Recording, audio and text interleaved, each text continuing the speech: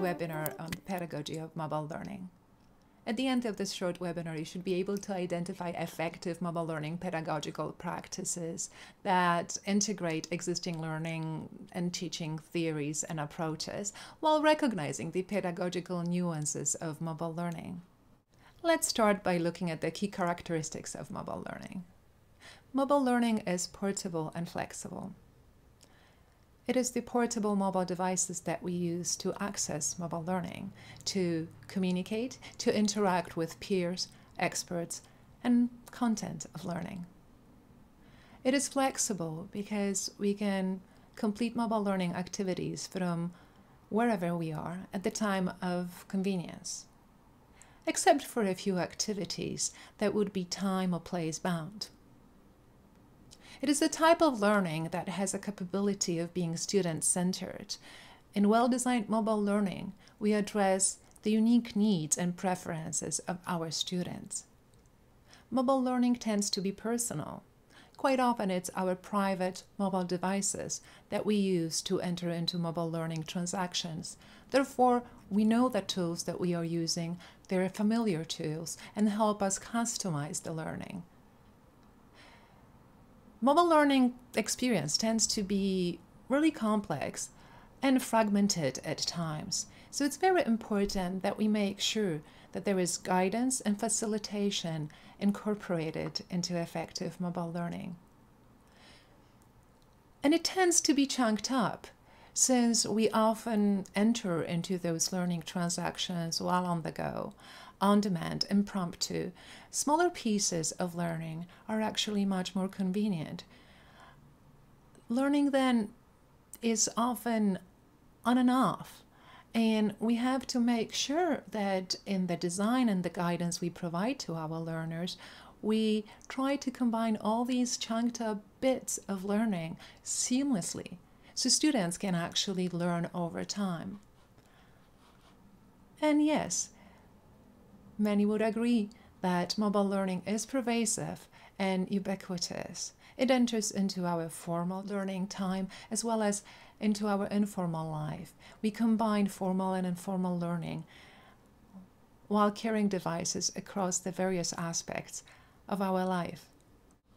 These are some of the benefits of mobile learning. Learning using mobile devices definitely fits into the lives of learners and teachers.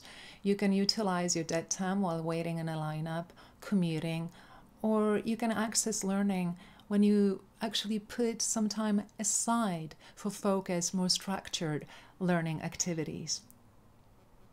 Immediacy of communication is a vital benefit. As I mentioned, you can communicate with people whenever you need their support, but you can also exchange information and share data. You can also access learning from remote areas, from isolated places and situations, or if you live in dispersed communities.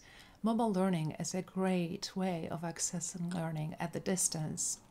You can access your peers and experts from wherever you are, whenever you need their support. Mobile learning is also perceived as an acceptable way for learners to receive reminders and chasers and notifications. Through those, we can help our learners with their time management. By using bite-sized e-learning resources and delivering those to our students in various situations in life and work, we can actually help them with the field practice or work-based learning. For example, clinical practice, when students send questions to us about situations that they're encountering, and as experts, we are able to send information back to them through the social networks or other tools on our mobile devices. And then it's a great way of combining the abstract representational knowledge and concrete, environmentally situated knowledge, and that can be integrated together as part of the mobile learning activities and experiences. And some more benefits. Being able to incorporate active learning into the learning and teaching experience would be another valuable benefit of learning with mobile devices. Bringing in those activities that are experiential, hands-on, and take place in real-life context enhances the learning outcome and the learning process as well. Therefore, situating learning activities in a context that supports the learning by motivating students, by bringing in additional information, is what we can do while designing effective mobile learning. It is important that students would be able to complete learning activities that are embedded in real-world situations and locations, so that students can reflect in close proximity to the learning event. Using mobile devices, students and teachers are able to capture data, record the learning process, create their own learner-generated artifacts, and exchange those as well. Now, context-inspired authentic content and challenges is another very important element of learning. With the use of mobile devices, learners can go into new learning environments that they've never had a chance to visit and experience themselves before those mobile learning tools were available to them.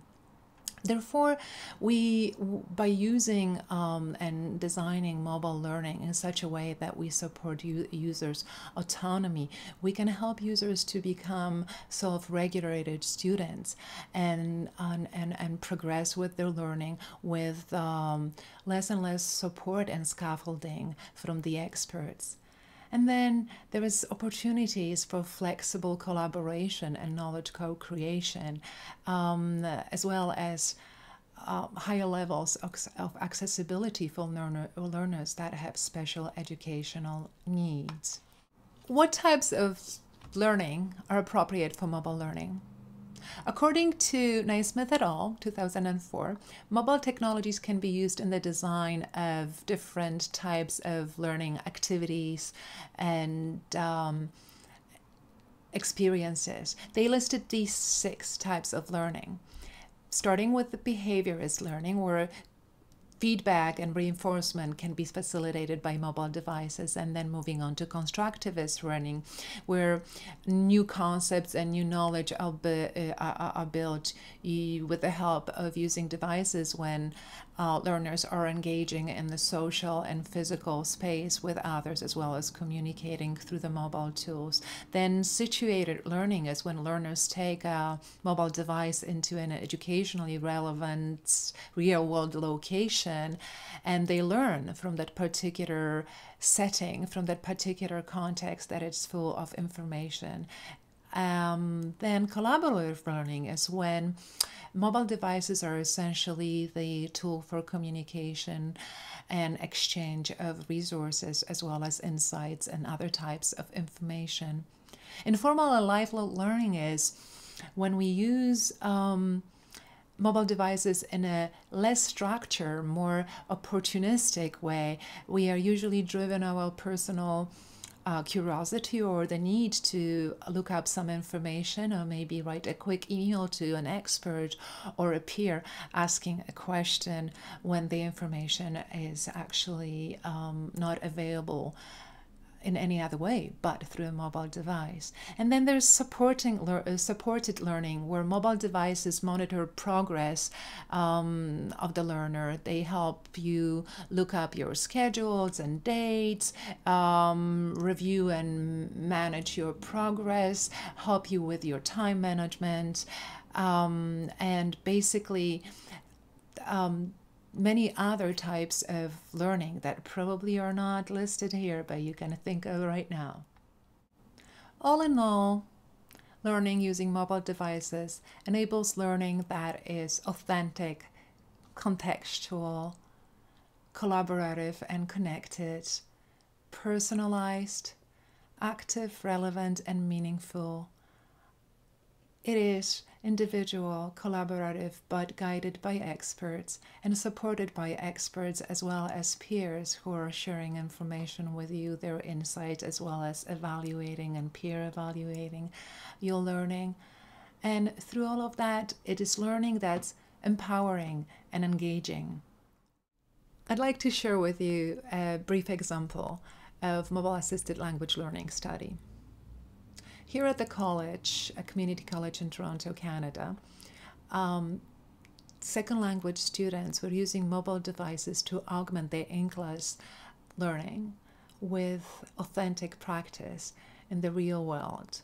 They used their mobile devices to communicate with the language teacher, to communicate with other peers, to listen to models of how to utter certain sentences in English, also to look up resources and information such as dictionaries, but more importantly, to interact with each other, to interact and record the interaction with real language speakers, native speakers of the English language, and also to interact with the environment. This is to capture artifacts, to create artifacts and capture photos as well as videos or other audio recordings of how people use the language and what the meaning of particular words or of particular sentences would be. Students use their phones to work on group activities such as creating an audio dictionary of the English language. They also put together an interactive map of the landmarks of Toronto. They worked on creating a database of idioms that were supported with pictures of the usage of those idioms in the real world and recordings of what the right pronunciation of the words would be. And they also put together a student radio program, and all was recording using their mobile devices. The real-life language practice that students were able to participate in with the help and support of mobile devices was what they called at the end a very effective, engaging, and empowering mobile-assisted language learning experience.